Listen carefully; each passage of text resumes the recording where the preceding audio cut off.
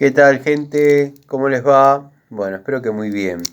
Video de Siciliano en su taller, video cortito para preguntarle a los amigos que se dedican a hacer tareas de electricidad, a los aficionados o a cualquier amigo que tenga en su caja de herramientas un rollo de cinta aisladora. Bueno, yo si bien tengo mi preferencia, quería preguntarles cuál es la suya.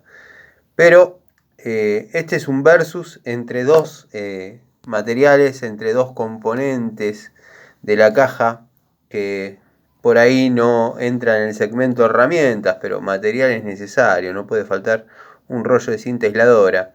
Tenemos la 3M y la Taxa Pro.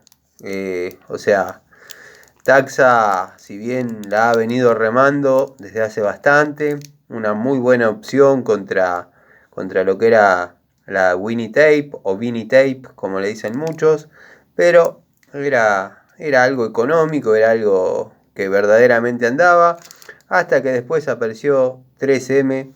Estamos hablando, como hacemos con las herramientas, de cosas que podemos adquirir cualquier técnico. Cuéntenme ustedes, a ver cuál prefieren, y yo después contaré mi preferencia, aunque ya muchos la saben, ya muchos observadores, como el amigo Miguel, que lo menciono siempre porque está en los detalles, ¿no?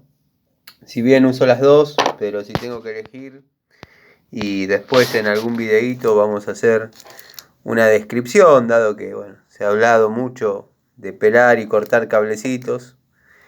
Vamos a encintar esos cablecitos que por ahí pelamos y empalmamos. Bueno, les dejo un saludo.